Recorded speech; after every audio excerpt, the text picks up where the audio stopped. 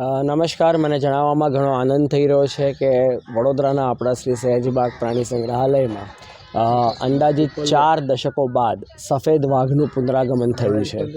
આ સુંદર અને આકર્ષક પ્રજાતિને રાજકોટ પ્રદ્યુમન પાર્ક રાજકોટ ઝૂથી લાવવામાં આવ્યા છે. આ પર્ટિક્યુલર એનિમલ એક્સચેન્જ પ્રોગ્રામ માટે મહાનગરપાલિકાના ઉપરી અધિકારીશ્રીઓ અને સંપૂર્ણ તંત્રએ ખૂબ જ સપોર્ટ મળ્યો છે અમને. માનનીય કમિશનર સાહેબશ્રી, માનનીય ડેપ્યુટી કમિશનર સાહેબશ્રી અને સંપૂર્ણ તંત્રનો આ એનિમલ એક્સચેન્જ પ્રોગ્રામમાં અમને મળેલ પૂરતો સપોર્ટના કારણે અમારા છેલ્લા ઘણા વર્ષથી જે અમારા સઘન પ્રયત્નો ચાલી રહ્યા હતા અને આ સફેદ વાઘ જેવી સુંદર અને આકર્ષક પ્રજાતિ જે વડોદરામાં લાવવાના અમારા પ્રયત્નોને યશ મળ્યો છે.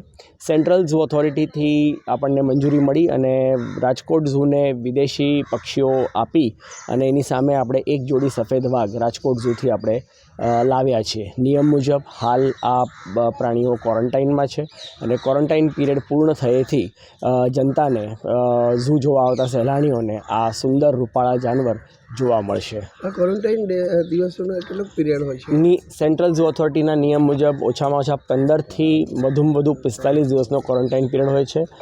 તે મુજબ જાનવર નવા વાતાવરણમાં જેટલા વહેલા પોતાને એક્લેમેટાઇઝ કરી લે, સેટ કરી લે એ જોઈ અને આ જાનવરોને વહેલામાં વહેલી તકે પબ્લિકને જોવા માટે ખુલ્લા મૂકવામાં આવશે.